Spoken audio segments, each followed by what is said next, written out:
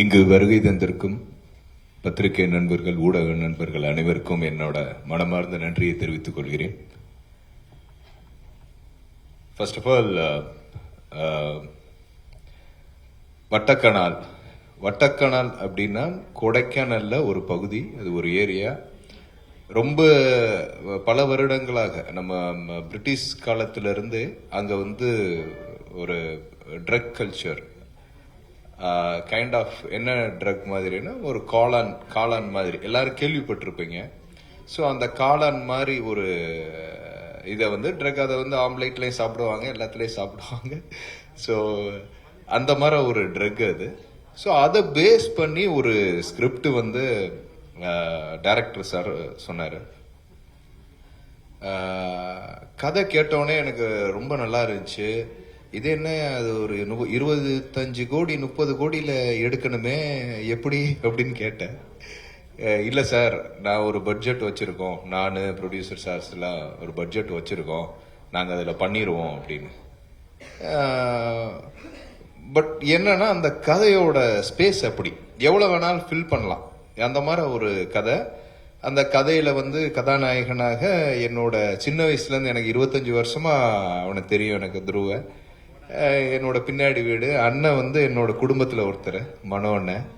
So அவன் ஒரு படம் பண்ணும்போது அதோட ரீச், ஃபர்ஸ்ட் மூவி எப்படி இருக்கணும் அப்படிங்கறது, இந்த மாதிரி ஒரு கண்டென்ட் மூவியா இருந்தா நல்லா இருக்கும் அப்படிங்கறத பிளான் பண்ணி அவன் ஃபர்ஸ்ட் நடிச்சு இப்ப வருது. இன்னைக்கு அவனால வர முடியல, பட் ரொம்ப நல்லா பண்ணிருக்கான், ரொம்ப நல்லா பெர்ஃபார்ம் பண்ணிருக்கான். டான்ஸ்ல சரி எல்லாம். ஆனா அடுத்தடுத்த படங்கள் நீங்க தைரியமா தயாரிக்கலாம். ஸோ என்னோட மனமார்ந்த வாழ்த்துக்கள் அவனுக்கு. இன்னொரு ப்ராடக்ட் வேற அவர் வீட்டில் இருக்கு, ஸோ அவனையும் நீங்க இன்ட்ரோடியூஸ் பண்ணலாம். அதுக்கப்புறம் படத்துல கதாநாயகியா நடிச்ச மீனாட்சி, நல்ல ஹீரோயின், எல்லா படத்துலயும் பார்த்திருப்பீங்க. விக்ரம் சாரோட எல்லாம் நடிச்சாங்க. இன்னைக்கு அவங்களுக்கு வர முடியல, இந்த ஷூட்ல இருக்காங்க. ஸோ அவங்க கண்டிப்பா ஆடியோ லான்ச்ல அவைலபிளா இருப்பாங்க. ஸோ அதை இது பண்ணுவோம்.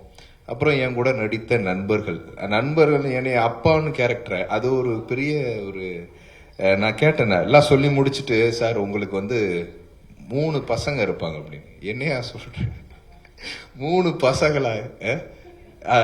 நீங்க அப்புறமேட்டு ஒரே ஒரு விஷயத்துல நான் சாட்டிஸ்ஃபை ஆயிட்டேன். ஒரே விஷயம் தான் சார், நெட்ரிக் அண்ட் ரஜினிகாந்த் மாதிரி கெட்டப் சார் அப்படின்னு. சரிடா, ஓகே, அப்போ ஓகே அப்படின்னு சொல்லிட்டு அவரோட ரஜினி சாரோட கெட்டப்பை ஃபாலோ பண்ணி, அது லுக்கெல்லாம் பாத்தீங்கன்னா அந்த மாதிரி இருக்கும். பட் அது அந்த ஏரியால இருக்கக்கூடிய ஒரு மலையாள ஷேடு வீசுற மாதிரி ஒரு கேரக்டர்.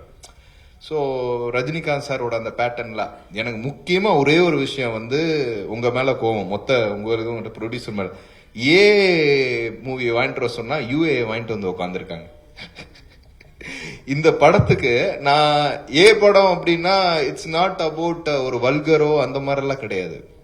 இந்த படத்துக்கு ஏன் வேணும் அப்படின்னா, இந்த கண்டென்ட் எல்லாத்துக்கும் போய் சேரணும். It's awareness movie, it's drug culture ஒரு மூவி. அது இப்போ தமிழக காவல்துறை அதை ரொம்ப அணுகுமுறை இது பண்ணி சொசைட்டில ட்ரக் பெருசா இல்லாத அளவுக்கு ஒழிச்சிருக்காங்க. ஸோ அது அவங்களுக்கு ஒரு பெரிய வாழ்த்துக்கள்.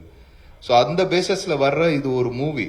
ஸோ அந்த மூவி கொடுத்தாங்கன்னா அதுக்கு ஒரு பெரிய இம்பாக்ட் கிடைக்கும் அப்படிங்கறதா என்னோட விருப்பம். ஏன்னா கிட்டத்தட்ட ஒரு 2 முக்கியமான சீன்ஸ்ல ட்ரிம் ஆயிடுச்சு அப்படி சொன்னாங்க. இருந்தாலும் அதை ஓடிடியில பண்ணிருங்க. அதை டைரக்டர் விடாதீங்க, எனக்கு அதுதான் கோவம். பரவாயில்லையா, பரவாயில்ல, அதுக்கு உண்டான விஷயங்கள் மக்கள் அதை ரசிப்பாங்க அப்படின்னு சொல்லி சொன்னேன். ஸோ பரவாயில்ல, ட்ரை. அப்புறம் கேமராமேன் சொன்னாரு, விச்சு நீ மட்டும் டைமிங் வந்துட்ட, அப்ப நான் டைமிங் வந்தானா இல்லையான்னு தெரியல. சரி பரவாயில்ல.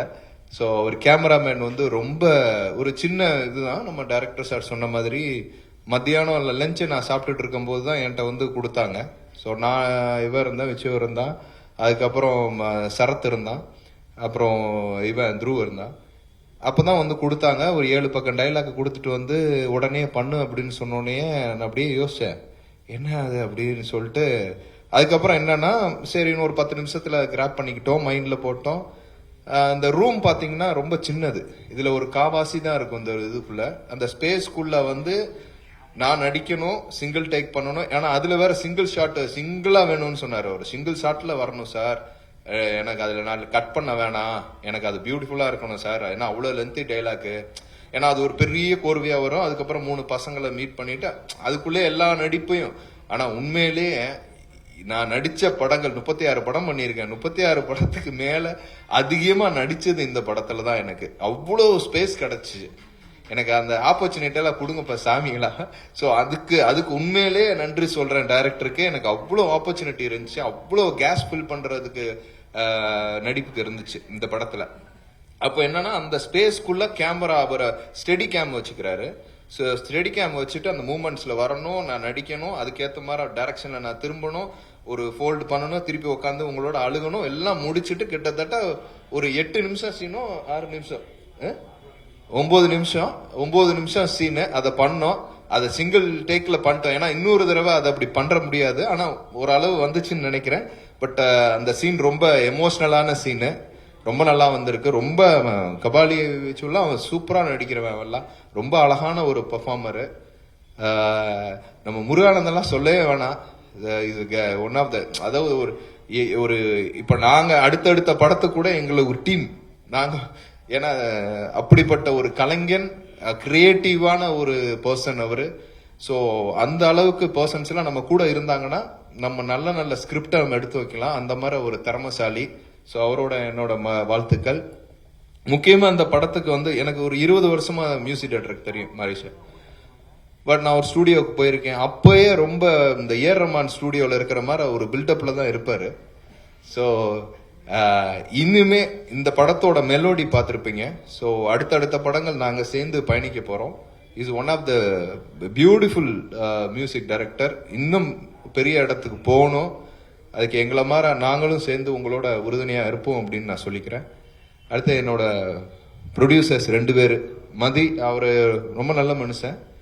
இன்னைக்கு வர முடியல. ரொம்ப இந்த கதையை ஒரு கதையை வந்து தான் நடிக்கிறோம், அதுல எவ்வளவு இன்புட் போடலாம், பணத்தை போடலாம் அப்படிங்கிறது ஒரு செகண்டரி. ஆனா இன்னொருத்தவங்க ஒரு கதை, அதுல இன்னொருத்தவங்க நடிக்கிறாங்க, அந்த கதையை மட்டுமே நம்பி ஒரு பணத்தை போடுறதுங்கிறது சாதாரண விஷயம் இல்ல. ப்ரொடியூசர் அப்படி ஒரு நம்பிக்கையில் அவரும் சரி, ராஜேஷ் சாரும் சரி, நீங்க 2 பேருமே வந்து ஒரு ஒரு ப்ரொடியூசரா ஒரு பெரிய சப்போர்ட் பண்ணி நம்ம டைரக்டருக்கு இருந்திருக்காங்க.